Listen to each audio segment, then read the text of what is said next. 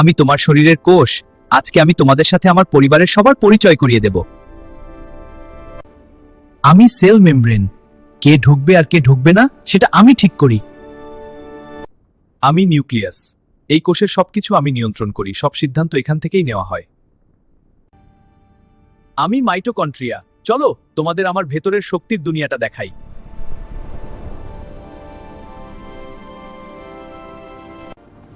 আমরা রাইবোসোম। আমরা সারাক্ষণ প্রোটিন তৈরি করি। আমি গোলজি বডি। আমি প্রোটিন সাজাই আর ঠিক জায়গায় পাঠাই। আমি লাইসোসোম। আমি কোষের সব ময়লা পরিষ্কার করি।